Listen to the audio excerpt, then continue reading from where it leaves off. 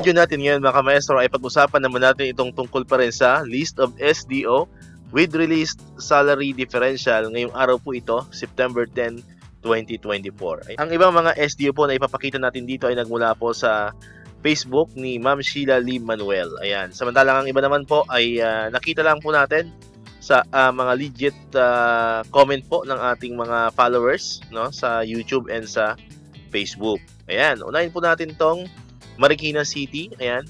So, pang 37 po ito sa ating unofficial list. So, una po ngayong araw.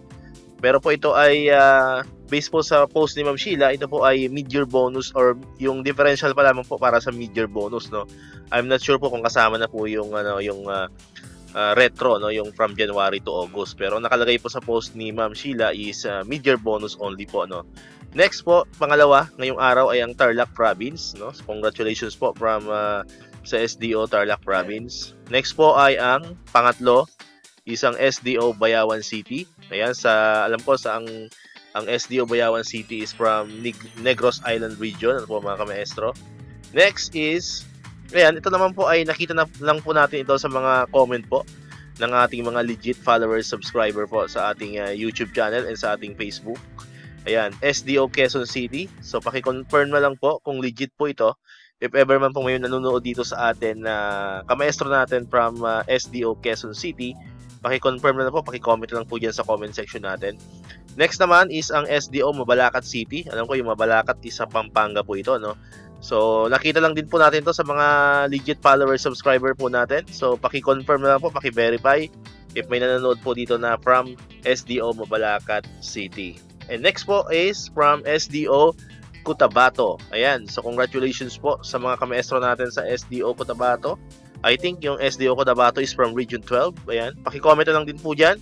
Kasi ito po ay nakita lang din natin sa mga legit follower subscriber natin na comment. Ito po mga ka-maestro. If ever may nanonood from SDO Cotabato, paki-confirm na lang po kung legit po ito, ano, mga ka-maestro. Okay? So far po, yan po yung mga nadagdag na mga list of SDOs na mayroon na pong salary differential. Ano po, ibig sabihin talagang pumasok na mismo sa kanilang mga payroll account, nasa ATM na po nila itong kanilang salary differential as of September 10, 2024. Ayan. Then meron din po iba mga SDO, no, na nauna na pong ma-release yung salary differential, especially po yung mga sa secondary schools, ano po mga ka-maestro. Kaya kasi sa pagkakalam po natin, yung fund po kasi ng mga secondary schools ay iba po yung pinanggagalingan nun. So, nakabukod po sila sa elementary. Ano po? Kaya minsan may mga nababanggit tayo na SDO, yun pala ay mga secondary schools lamang po yun. Ayan, may mga case po kasing ganon, especially po sa amin, no, sa SDO po namin, yun pong secondary schools ay nabigyan na po ng differential. Ano po, kung hindi po ko nagkakamali, kahapon yata or ng Friday. No? Pero sa amin po sa elementary is wala pa po. Ano? So, may mga case pong ganon, no? Hindi talaga nagsasabay. Kasi may mga nagko-comment din, mga nababasa ko sa mga comment na bakit daw yung secondary meron na, then yung elementary wala pa, mga ganong scenario po, ano. Yun po yun, no? Magkaiba po yung fund na pinaggagalingan ng mga secondary schools, no, compare po or doon po sa mga elementary schools. Ayan.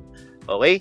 Now, balitang PBB naman tayo. So, sad to say, wala pa rin po tayong nadagdag, no, na PBB SARO, PBB 2022 SARO sa kahit anumang region, kahit anumang SDO, upon checking po sa DBM.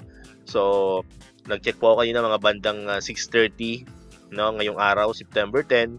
So, wala po tayong nakita doon na mga bagong release na mga SARO para pa rin sa PBB 2022. Yan, so we're still hoping pa rin, we're still expecting, praying na sana, yun nga, always naman natin sinasabi sa mga videos natin na sana mayroon ng sumunod, no?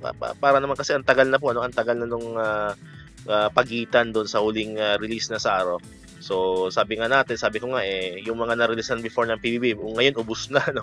Ngayon ubos na. Samantalang yung mga hindi pa na-releasean ng SARO, talagang umaasa pa rin po, ano? Araw-araw umaasa na magkakaroon ng SARO for PBB 2022. Ayan, so dito ko natatapos itong ating video ngayon mga ka-maestro. Kung hindi ka pa nakakapag-subscribe, click mo na ang subscribe button dyan para ikaw yung unang makakapanood ng mga videos na ina-upload natin.